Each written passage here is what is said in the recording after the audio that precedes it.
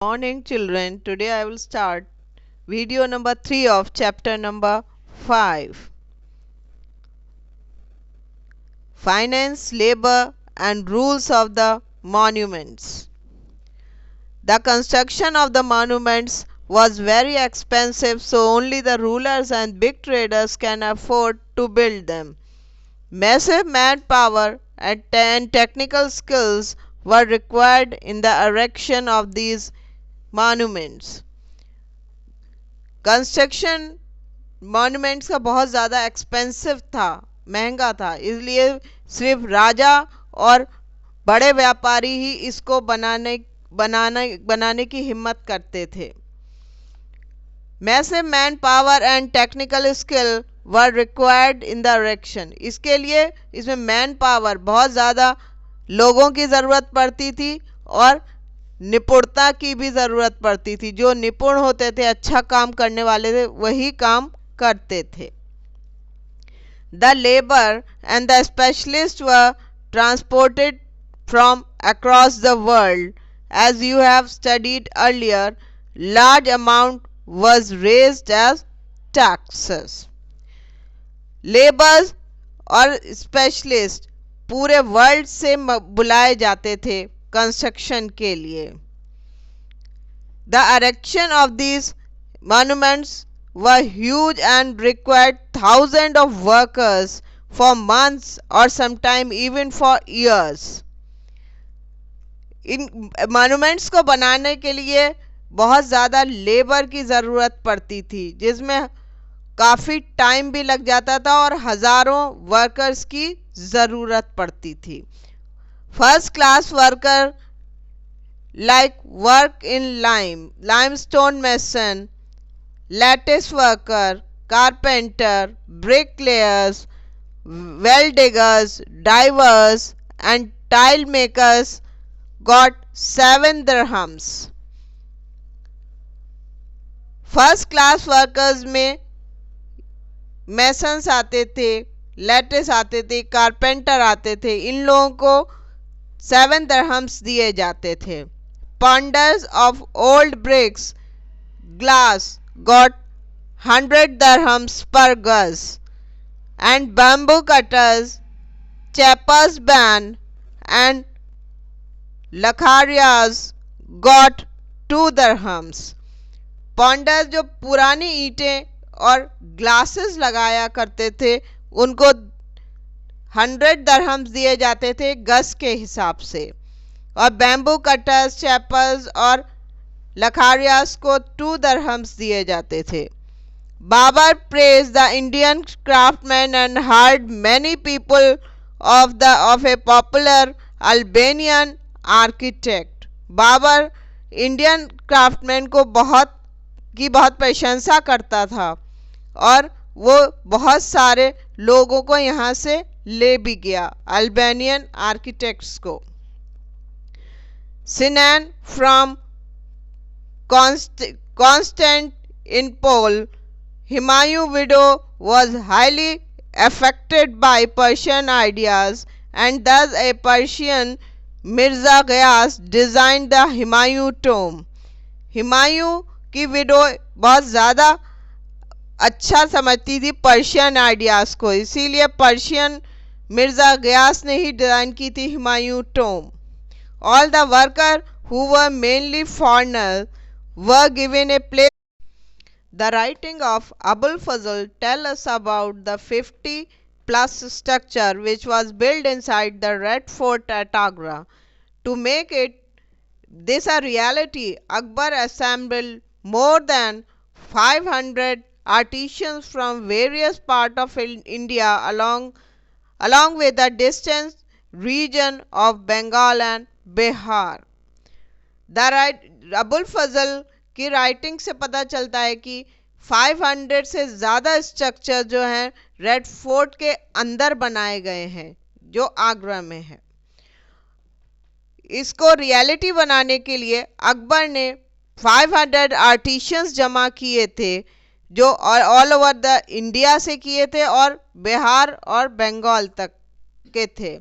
One thing that was specific about these artisans was that that were no proficient in mathematics, geometry, drawing, and applied mechanics, and yet they built such great masterpieces of art that are appreciated and admired even in today times.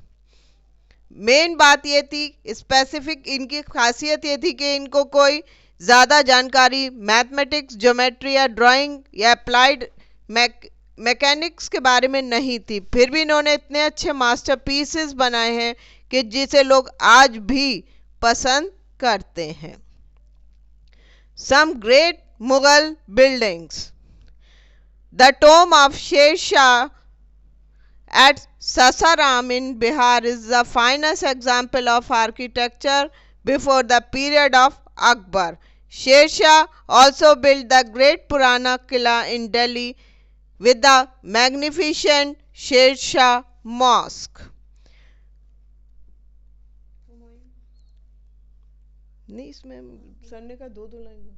Humayun Tomb in Delhi is the first example of double dome in India, and it is also considered as the inspiration for the Taj Mahal. Sher Shah की Tomé जो ससाराम बिहार में बनी हुई है वो finest example मानी जाती है आर्किटेक्चर का. बिफोर द अकबर के पीरियड से पहले शेर शाह ने पुराना किला दिल्ली में बनाया, शेर शाह मॉस्क बनाई, और हुमायूं टोम का फर्स्ट एग्जाम्पल है डबल डोम का इंडिया में, जिससे ताजमहल बनाने के लिए उसका ध्यान आकर्षित हुआ.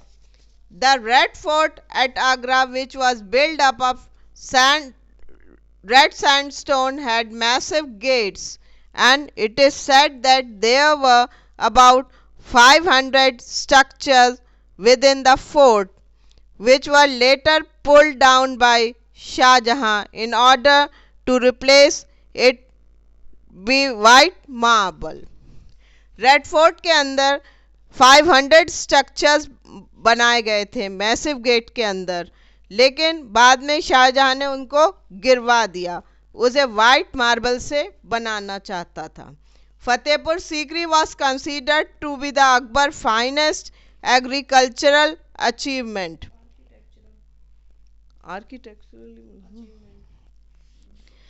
It has the Diwan-e-Am, Diwan-e-Khas, the Treasury, Panch Mahal, Turkish Sultan Place, Jodhabai's Palace, and Birbal's Palace, Buland Darwaza, and the mosque it encloses as one of the greatest structure ever made in India.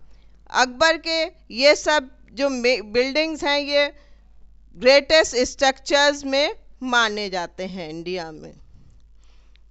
Akbar interest also affected the construction of palaces at अंबर, जोधपुर, बीकानेर. अकबर का interest से और ज़्यादा बढ़ा तो उसने construction किए थे palaces अंबर में, जोधपुर में और बीकानेर में. The tomb of Itimad-ud-Daulah which was built by Noor Jahan for her father Etmaduddaulah is one of the finest example of perfect harmony and proportion from Jahangir's time.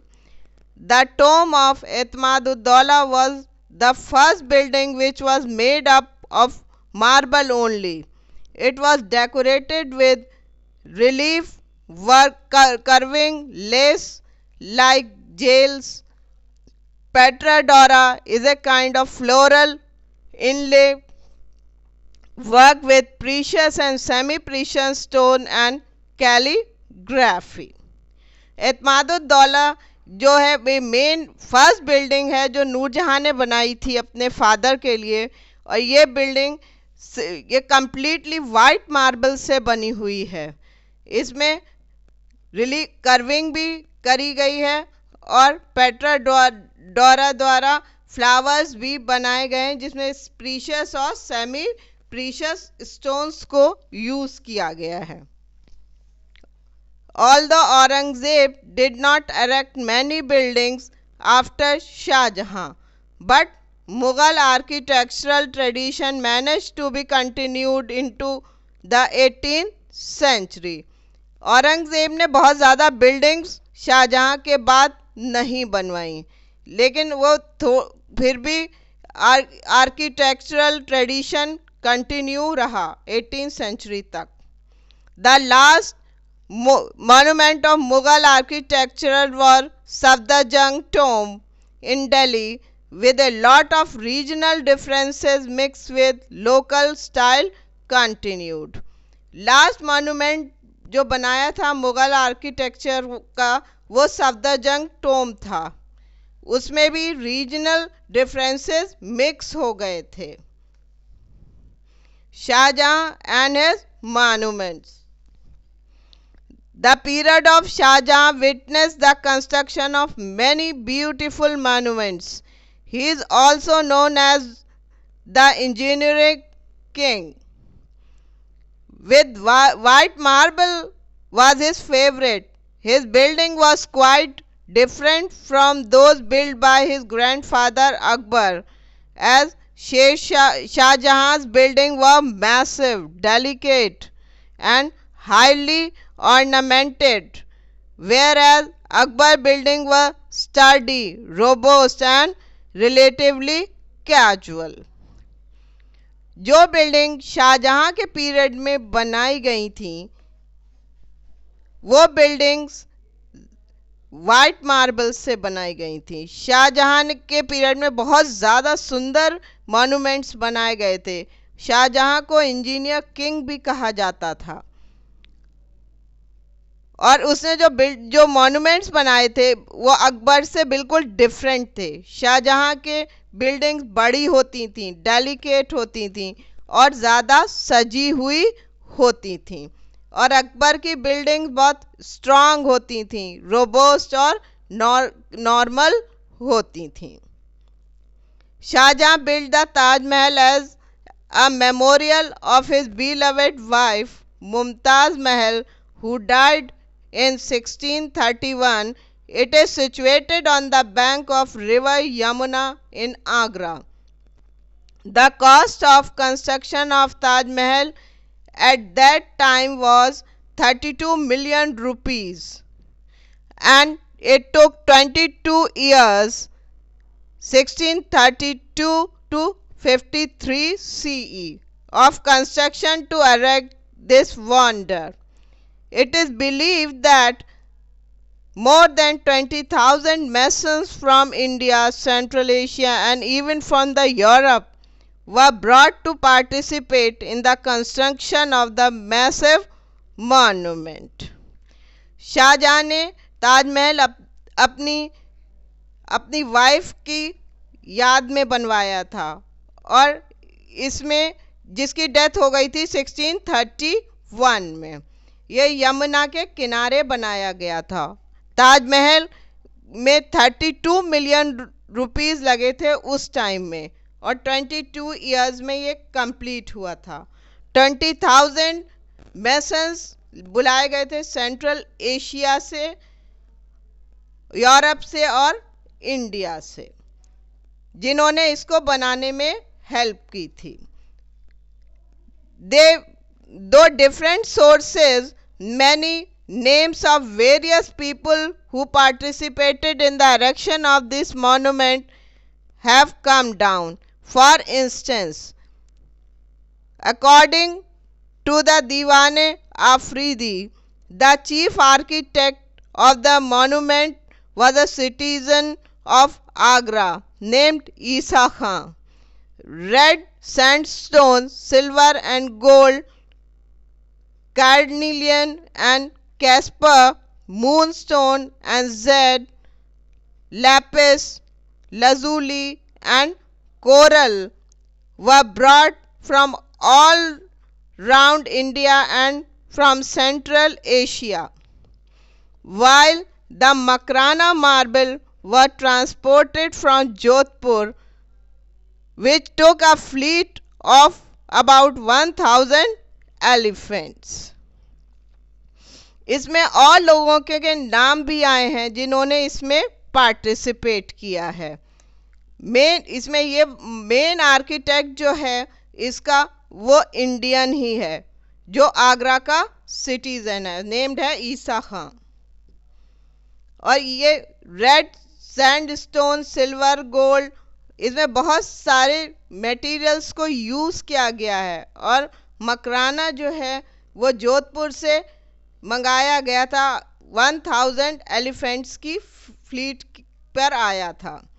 Beautiful Persian stones were brought from Golconda, Punjab, Baghdad, Egypt, Russia, China, Afghanistan, Ceylon, Indian ocean and Persia. इसमें बहुत सारे stones जो हैं वो गोलकुंडा से आए थे, Punjab, Baghdad, Egypt, Russia, China and Ceylon and Persia.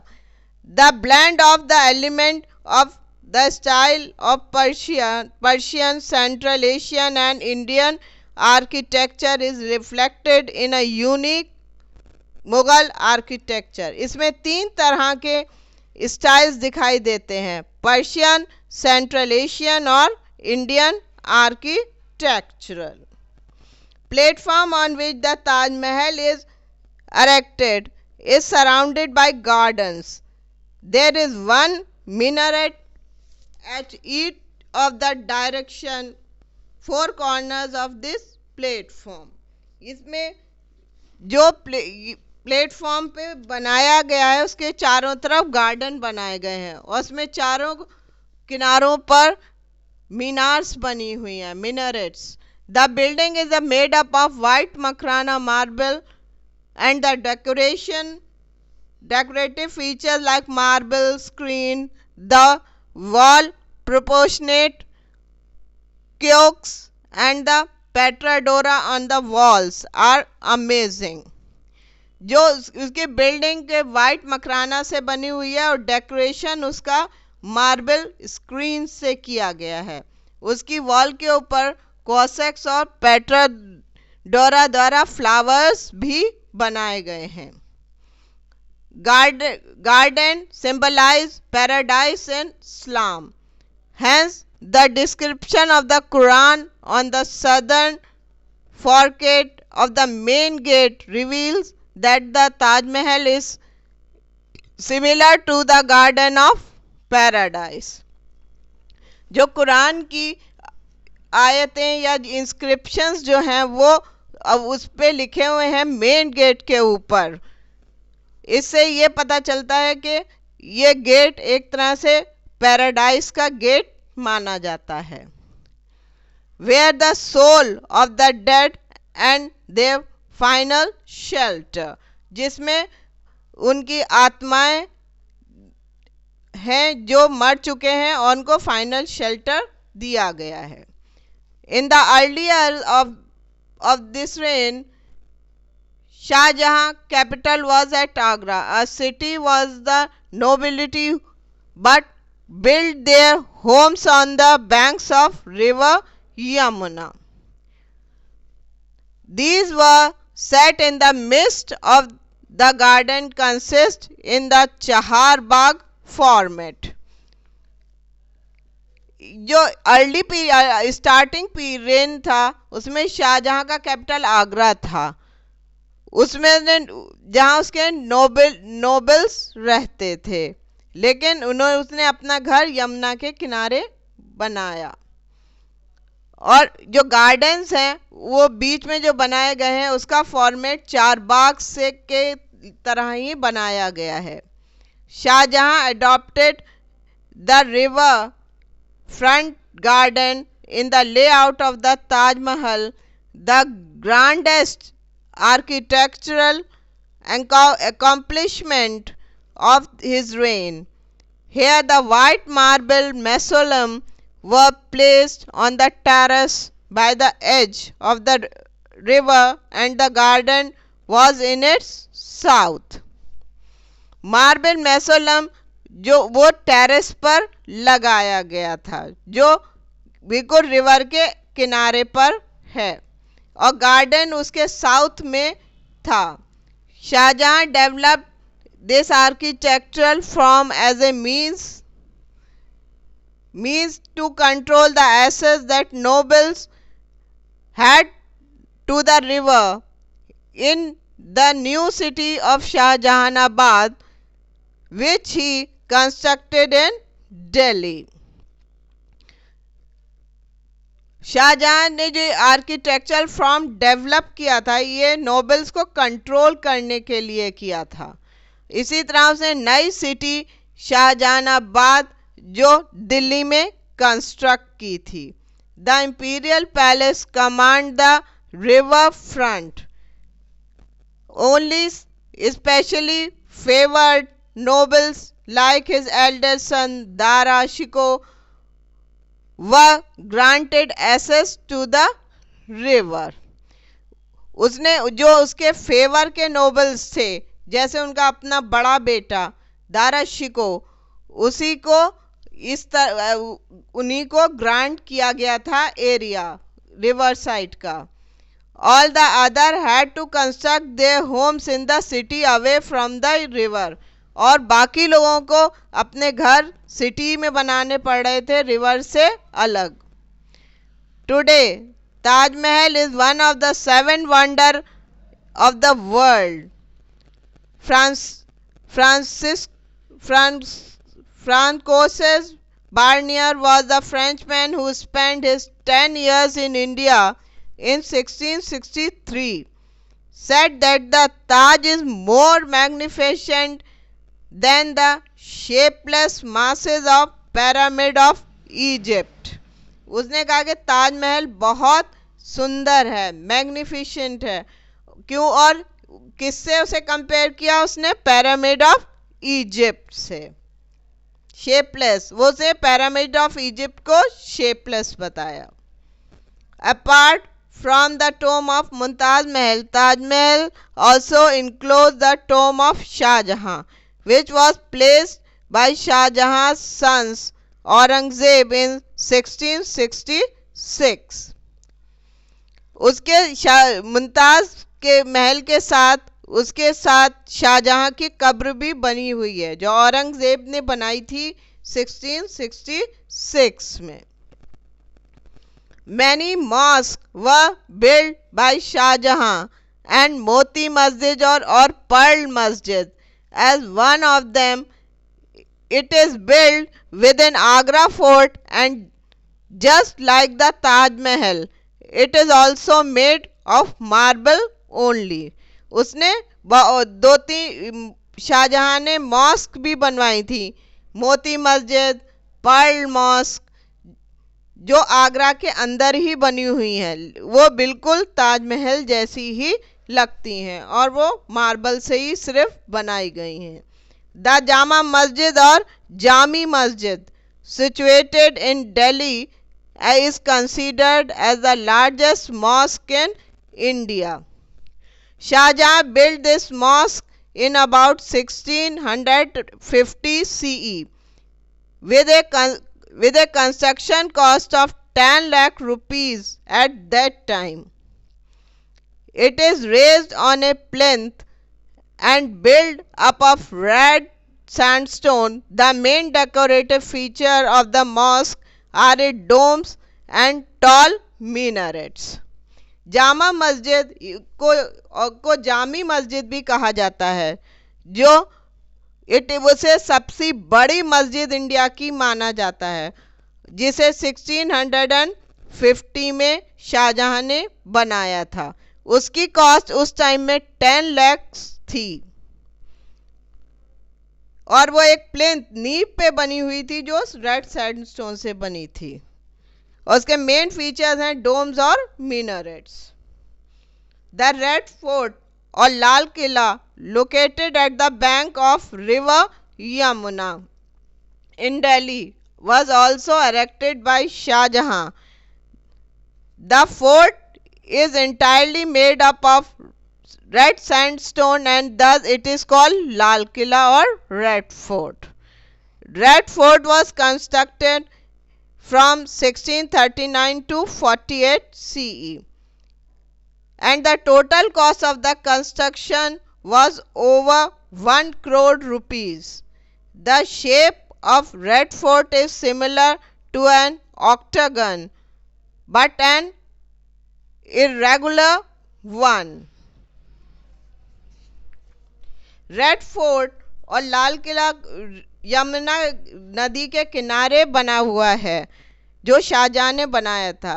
वो पूरा रेड सैंडस्टोन से बना हुआ है, इसीलिए उसे लाल किला या रेड फोर्ट कहा जाता है, जो 1639 में से 1648 सीई तक बनाया गया। उसकी कॉस्ट 1 करोड़ थी उस टाइम में और इसकी शेप एक्टागन थी।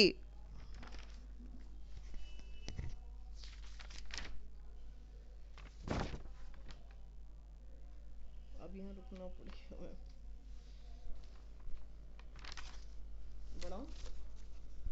The major building within the Red Fort are the Diwan-e-Khas, Diwan-e-Aam and the Rang Mahal. The Diwan-e-Khas is a big rectangular shaped hall that is built up entirely of red sandstone, while Diwan-e-Khas is a hall with highly ornamented pillars and the floor made up of marble. It is considered that the peacock throne of Shah Jahan stood on the platform of Diwan-e-Khas. This throne is said to be made of gold and gemstone, which was later carried by the Nadir Shah to Persia in 1739. Red fort की building में दीवाने खास, दीवाने आम और रंग महल था। दीवाने खास एक बड़ा रेक्टेंगुलर शेप का हॉल था जो पूरे रेड सैंडस्टोन से बना हुआ था। दीवाने खास वो हॉल था जो बहुत बड़ा, ऊंचा था और बहुत सजा हुए उसके पिलर्स थे और मार्बल से उसकी फ्लोर बनी हुई थी। और ये माना जाता था कि जो पीकॉक थ्रोन, उसकी शेप जो है वो पीकॉक की तरह है जो शाहजहां ने अपनी बनाई थी। वो दीवाने खास में एक प्लेटफॉर्म के ऊपर बनी हुई है और इसके अंदर ये गोल्ड और जेम स्टोन से बनाई गई थी, बाद में जिसे नादिर शाह पर्शिया ले गया था 1739 में। एन इंस्क्रिप्शन ऑन द दीवाने खास of Red Fort at Delhi. If there is a paradise in earth, it is this, it is this, it is this. ये इंस्क्रिप्शन दीवाने खास में लिखा गया है कि अगर जन्नत कहीं है तो यही है, यही है, यही है। Shahjahan shifted his capital from Agra to Delhi and founded the 7th city of Delhi, Shahjahanabad. Shahjahan ने अपना कैपिटल आगरा से दिल्ली शिफ्ट कर लिया। उसने वो दिल्ली का नाम शाहजहानाबाद रखा 1638 में। The construction of Shahjahanabad was finished in 1649 CE. It was polygonal in plan and included wide roads, houses, mosque, bazaar. Chandni Chowk was the most popular than the other bazaars. This city was defended by ruble walls having bastion and 14 gates. Shahjahanabad में उसने polygon style में plan किया था जिसमें wide roads थी, houses थे, mask थे और बाजार्स थे और चांदनी चौक सबसे पॉपुलर बाजार था और सिटी को चारों तरफ से उसने बॉस्टन स्टाइल में किया था और 14 गेट्स बनाए थे सिक्योरिटी पॉइंट ऑफ व्यू से। The regional style. The sultan of Bengal and Gujarat such as Sharqi king and Sher Shah Suri built the monuments which were exclusively seen in the subcontinent and not anywhere outside the subcontinent. The beautifully carved relief in the 14th century Jama Masjid in Pandua can be compared with relief in 13th century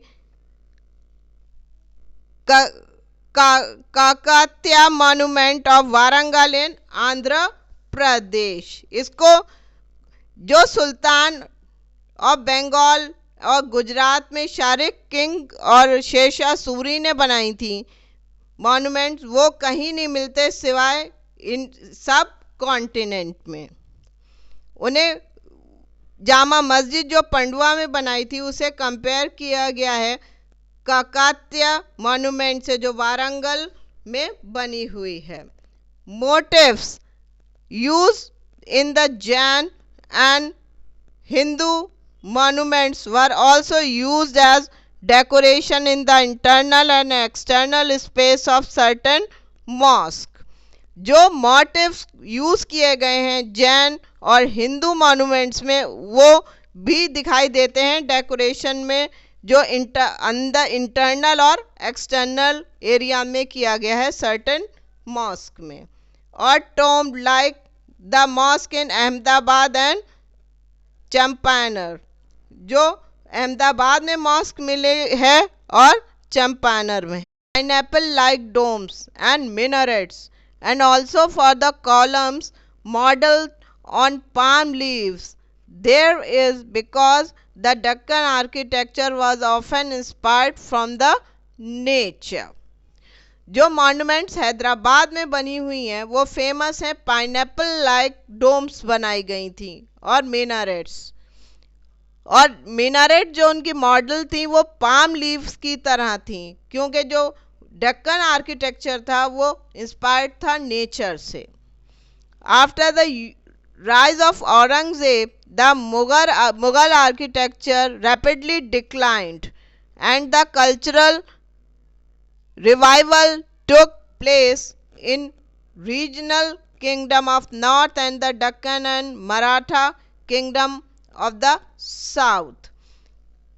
Aurangzeb की rise के बाद Mughal architecture का rapidly downfall हुआ और cultural revival शुरू हो गया regional kingdoms में नॉर्थ में एंड और दक्कन और मराठा किंगडम ऑफ साउथ में।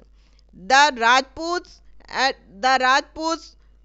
and the Bundelkhand, the ruler of Tripura, Manipur and Assam, the Vijayanagar and Malabar kings, however, managed to retain their independence during Islamic rules। Rajputs, Bundelkhand, the ruler of Tripura और Malabar Kings ने अपनी independence को बरकरार रखा Islamic rules में भी। Architectural system emerge in this region of India retain a large degree of autonomy and in this region of India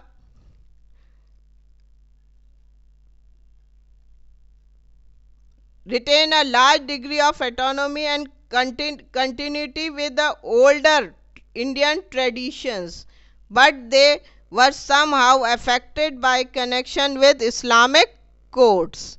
उन्होंने अपना इंडियन ही ट्रेडिशन चलाते थे लेकिन उसका कुछ असर उन पे असर पड़ता था इस्लामिक कोड का। द मन मंदिर palace was built in 15th century in Gwalior, was made by very old architectural style। जो मंदिर पैलेस बनाया गया था वो ग्वालियर में 15th सेंचुरी में बहुत पुराने आर्किटेक्चरल स्टाइल से बनाया गया। For instance one facade bear are similar to depiction of a palace in the wall painting of Ajanta। उस also be resembled to the Ajanta caves। Ajanta की वहां पे गुफाएं तक बनाई गई हैं, इस तरह से रिजेंबल करता है। The Shri slam temple which was built in central Andhra in 14th to 15th century has astonishing carving of the folkish style and portraying a variety of spectacular scenes from the various epics, making up the themes of its sculpted panels. उसमें वो scenes भी दिए गए हैं जो उसमें curving पत्थरों को काट काट के बहुत सारी चीजें बनाई गई हैं और एपिक्स रामायण और महाभारत की थीम्स के सीन भी मिलते हैं। It was certainly a fascinating development. The enduring portrayed yogis, acrobats, folks, and dancers, musicians, and queen with their ladies in waiting. वहां पर योगीज भी दिखाई देते हैं, फोक्स भी दिखाई देते हैं, डांसर्स, म्यूजिशियंस, क्वींस और लेडीज इन वेटिंग भी। The most interesting thing about the Rajput fort was the distinct use of colors, mirror work, mother of pearl and gilt in order to decorate their fortress like palace.